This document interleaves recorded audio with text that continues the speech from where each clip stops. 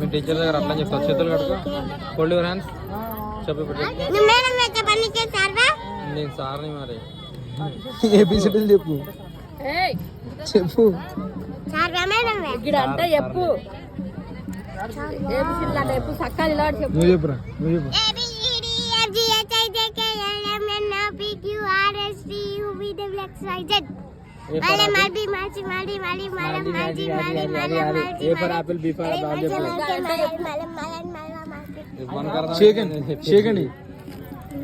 Apple B for ball చెప్పు.